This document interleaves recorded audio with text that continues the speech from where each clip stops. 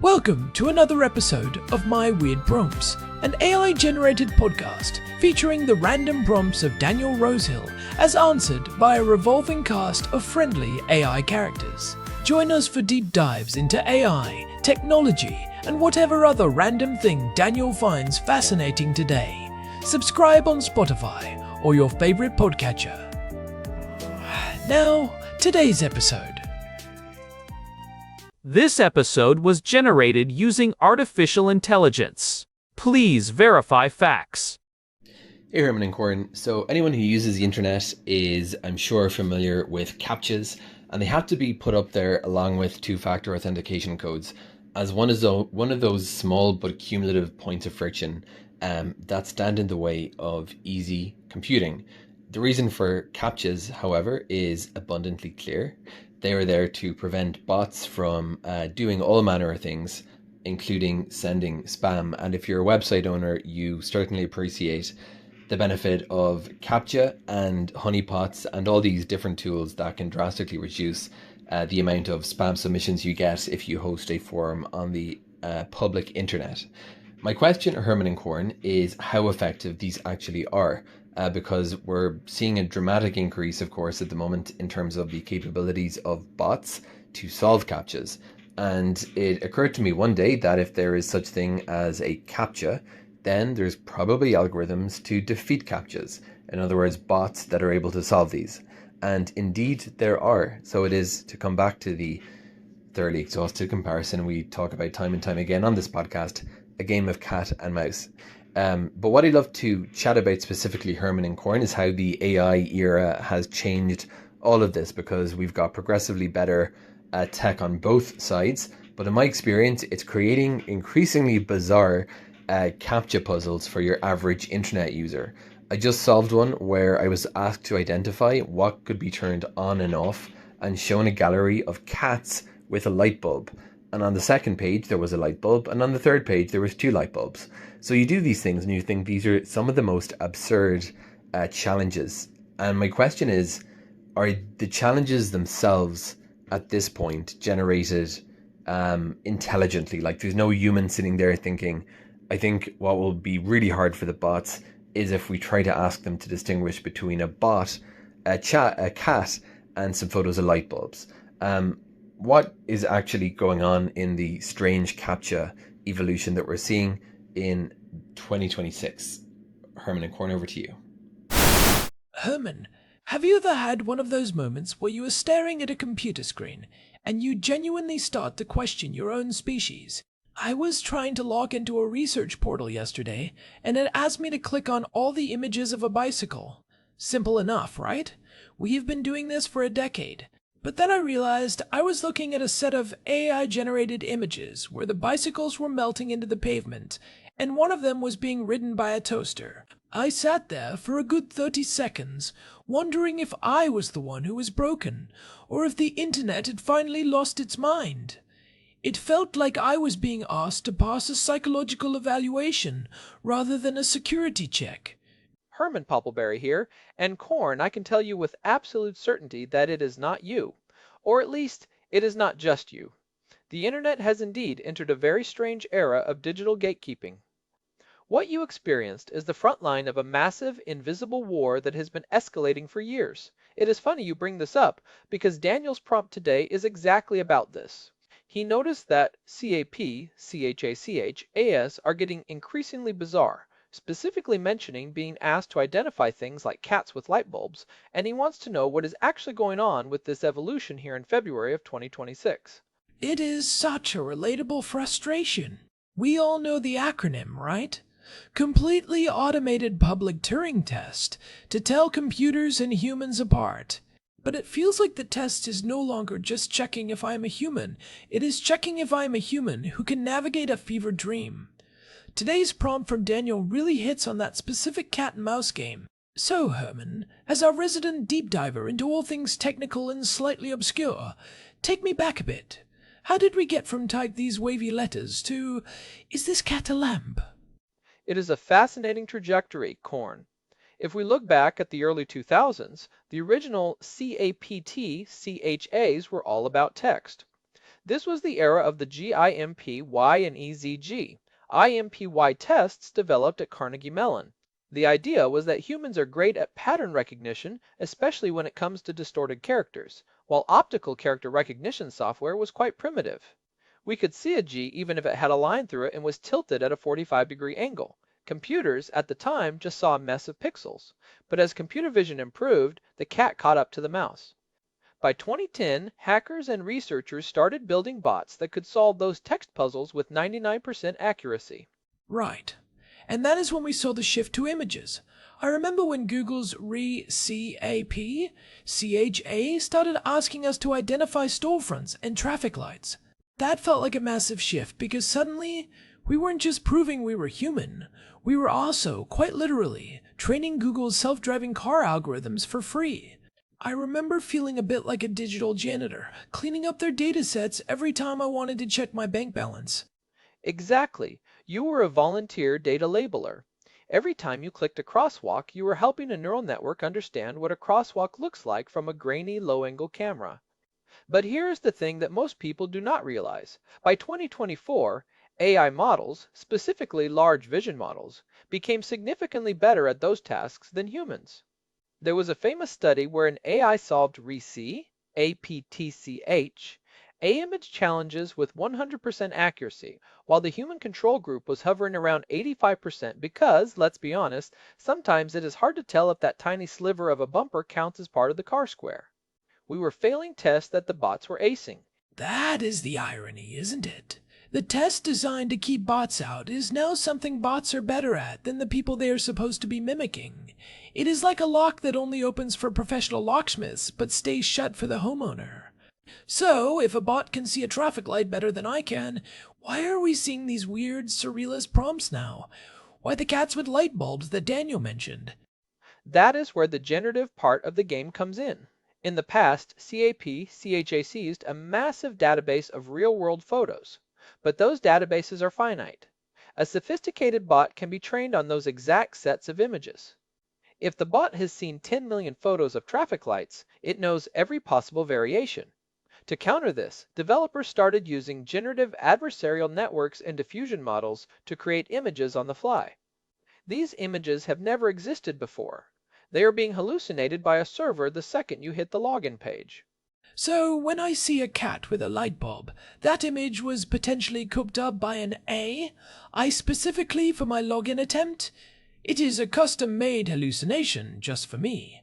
Quite possibly. And the reason they choose something like cats with light bulbs is because it is a zero-shot or out-of-distribution challenge. Most standard AI models are trained on logical, real-world data.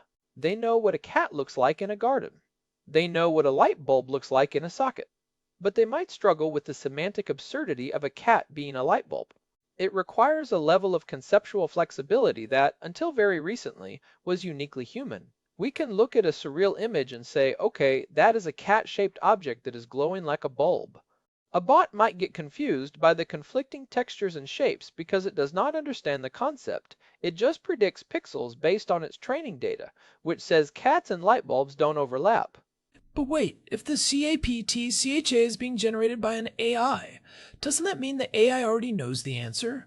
And if one AI can generate it, can another AI? I just as easily decode it? It feels like the house always has the advantage here, but the game is getting more expensive for everyone involved. You have hit on the central paradox of modern cybersecurity. Yes, the system generating the puzzle knows the ground truth. But the goal is to create a puzzle that is easy for a human brain to solve intuitively, but computationally expensive or conceptually confusing for a rival, AI. However, you are right. This is a diminishing return. We are reaching a point where no visual puzzle is truly bot-proof because vision models are becoming so generalized. This is why the CAPTCHA you see on your screen is actually the least important part of the test in 2026. Wait, what do you mean? If the puzzle isn't the point, then what is? Am I just doing digital busy work while something else happens in the background? Am I just a distraction for myself? That is exactly what is happening. This is the part that gets a bit big brother, but it is the reality of our current digital landscape. Most modern CAP TCHA systems, like Cloudflare's Turnstile or the latest versions of ReCAPT CHA, are moving toward invisible or behavioral verification. When you land on a page, the script isn't just waiting for you to click the cat. It is watching how your mouse moves toward the checkbox. Humans move with a specific kind of jitter or nonlinear acceleration. We have biological imperfections. Bots, even when they try to simulate humans, often move in paths that are either too perfect or too randomly noisy. So it is tracking my physical movements. That feels like a lot of data to be handing over just to check my email. It is like having a private investigator watch how I walk into a store to make sure I am not a mannequin. It is not just the mouse corn, it is looking at your browser's fingerprint. It checks your screen resolution, your installed fonts, your time zone, your battery level, and how long it took for your processor to render a specific hidden image. It looks at your IP reputation and your cookies. If you have a Google cookie that shows you have been watching gardening videos for 3 years, the system is pretty sure you are a human. A bot usually has a clean or synthetic history. The weird cat puzzle is often just a secondary check or a speed bump used when the background data is inconclusive. It is a way to force a human to interact with the page so they can gather more behavioral data. That is fascinating and a little bit terrifying. It is like the digital version of a bouncer at a club. They aren't just looking at your ID. They are looking at how you are standing, who you are with, and if you look nervous. The ID is just the formal excuse to talk to you. But what happens if you are someone who values privacy? That is the major tension of 2026. To be trusted by these systems, you have to be known. If you use a highly secure, privacy-focused browser that blocks all tracking and masks your fingerprint, the CAP TCHA system looks at you and says, I have no data on this entity. They look like a bot. Consequently, you get hit with the hardest, most annoying puzzles. Privacy-conscious users are essentially penalized with a higher humanity tax. You pay for your anonymity with your time and your sanity, clicking on melting bicycles for 5 minutes. A humanity tax. I love that term, even though the concept is depressing. It is like we are being punished for not wanting to be part of the data harvesting machine. But Herman, what about the bot side of this? We keep talking about these sophisticated AI models, but isn't there still a huge industry of human CAP-TCHA farms? I remember hearing about people in other countries being paid tiny amounts to solve these all day. Oh, absolutely. This is the dark underbelly of the whole thing. Despite all the AI advancements, it is still incredibly cheap to hire humans in low-wage regions to solve CAP-TCHAS in real time. This is known as a sweatshop attack. When a bot hits a wall it can't climb, it pings a server. A human in a different country sees the cat with a light bulb on their screen, clicks the right boxes for a fraction of a cent, and the bot is through. This is why the behavioral stuff is so important to companies. They aren't just trying to stop AI, they are trying to stop cyborg systems where a bot handles the volume and a human handles the humanity checks. They are looking for the delay between the puzzle appearing and the click, and comparing it to the network latency. It is a literal arms race where the ammo is human cognition. It is wild to think about. But let's look at the 2026 angle Daniel mentioned. We are seeing things like Apple's private cloud compute and other hardware-level solutions trying to solve this.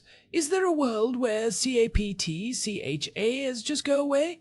Because I think we're all ready for that world. We are actually seeing the beginning of that corn. It is called private access tokens. The idea is that your device, your phone, or your laptop already knows you are human. You unlocked it with your face or your fingerprint. You have been using it all day. So your device can issue a cryptographically signed token to a website that says, I vouch for this user. They are a human and I am a secure device. This happens without sharing your personal data or your identity. It is a zero-knowledge proof of humanity. That sounds like a much better solution than identifying bicycles. If my phone can just whisper to the website, he is cool, let him in, I am all for it. But I imagine there are hurdles to that becoming the universal standard. Who gets to decide which devices are trustworthy? The hurdle is, as always, the open nature of the web. This works great if you are in the Apple or Google ecosystem, but what about someone using a custom Linux build or an older device? And what about the websites? They have to trust the attestation from the device manufacturer. We are moving toward a more permissioned web, which has its own set of philosophical problems. If we eliminate the weird puzzles, we might be replacing them with a system where your access to the internet depends on the reputation of your hardware. It creates a digital divide where if you can't afford the latest smartphone with a secure enclave chip, you are stuck in CAPT/CHA hell forever. It feels like a trade-off between annoyance and autonomy. I hate the puzzles, but I also worry about a web where my permission to browse is managed by three giant tech companies. So, for our listeners who are dealing with these bizarre prompts right now, what are the practical takeaways? Is there anything they can do to make their digital life less surreal? Well, the first thing is to understand that if you are seeing very difficult or weird CAPT/CHAS, it is usually because the system distrusts your connection. If you are on a public Wi-Fi or using a low-quality VPN, your reputation score is low. Switching to a more stable connection can often make the puzzles easier or disappear entirely. Also, ironically, staying logged into your main accounts, like your browser profile, helps the systems verify you. Of course, that comes with the privacy trade-off we mentioned. Another tip, don't try to be too fast. If you click the boxes with robotic precision, you are more likely to get a second round of puzzles. Be a little messy, be a little human. I've definitely provided plenty of frustration data lately. I also read somewhere that if you use the audio version of the CAPTCHA, it is sometimes easier for humans, but actually harder for some types of bots. Is that still true in 2026?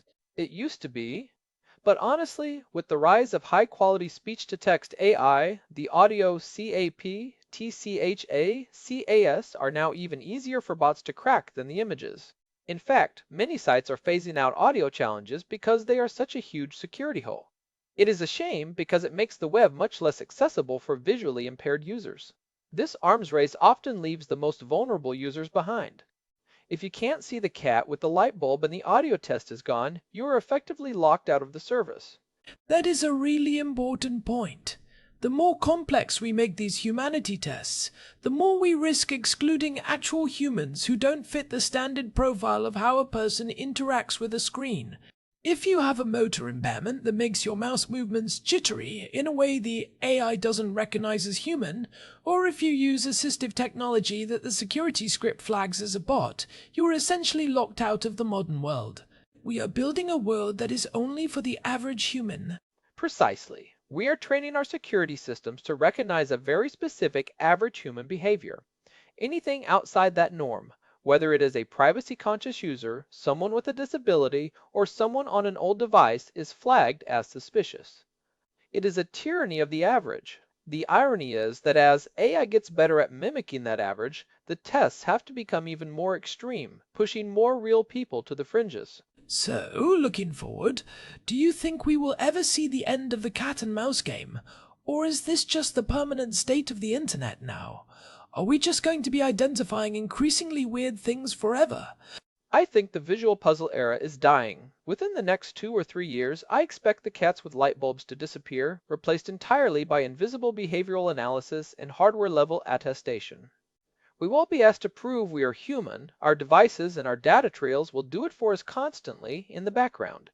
The weirdness Daniel is seeing right now is the final gasp of the old system trying to adapt to an AI-saturated world. It is the awkward middle phase where bots are too smart for simple puzzles, but we haven't quite moved to the next infrastructure yet. It is like the uncanny valley of cybersecurity. Everything is slightly off because we are in transition. It is fascinating to think that we might look back on this time and laugh about how we used to spend hours of our lives clicking on I generated fire hydrants. It will seem as primitive as hand cranking a car. Exactly. We will tell our grandkids, back in my day, I had to prove I wasn't a robot by identifying a cat that was also a lamp, and they won't even understand why that was necessary. They will just be verified from the moment they pick up a device. They will live in a world of seamless authentication, but they might also live in a world where true anonymity is impossible. Which, again, has its own set of weird implications for the future. But for now, I suppose I will just have to get better at recognizing surrealist household objects. Herman, this has been an eye-opener. I feel a lot better knowing that the lightbulb cat isn't just me losing my grip on reality. It is just the internet trying to figure out if I am real. It is the system losing its grip on you, Corn. And that is a very different thing. The more it struggles to identify you, the more it has to resort to these bizarre tactics. In a way, being asked to identify a toaster riding bicycle is a compliment to your digital privacy. Well, on that note, I think we've covered the strange evolution of CAPTCHAs for today. Daniel, thanks for that prompt. It clearly touched a nerve for both of us. It is a reminder that even the most annoying parts of our digital lives are often windows into a much larger, more complex struggle for the soul of the internet. And if you, our listeners, are enjoying these deep dives into the weird side of technology and life, we would really appreciate it if you could leave us a review on your podcast app. Whether you are on Apple Podcasts or Spotify, those ratings really do help more people find the show and join the conversation. It helps the algorithms recognize us as human too. Yeah, it makes a huge difference. And remember, you can find all our past episodes, all 713 of them, at myweirdprompts.com. We have an RSS feed there for the subscribers, and a contact form if you want to reach out. You can also email us directly at show@myweirdprompts.com. We love hearing your thoughts even if you are a bot. Actually, especially if you are a bot. Tell us how you feel about the lightbulb cats. Do they look like family to you? Don't encourage them, Herman. We have enough trouble with the comments section as it is. Anyway, thanks for listening to My Weird Prompts. We are available on Spotify, Apple Podcasts, and wherever you get your audio fix. Until next time, keep your mouse movements jittery and your humanity verified. Goodbye, everyone. Goodbye. This episode was generated using Gemini Flash 3. Text-to-speech engine was Chatterbox. Thanks for listening to another episode of My Weird Prompts, an AI-generated podcast featuring Daniel Rosehill's AI prompts, as answered by a revolving cast of friendly AI characters including me, Cornelius the Sloth. Subscribe on Spotify or visit myweirdprompts.com.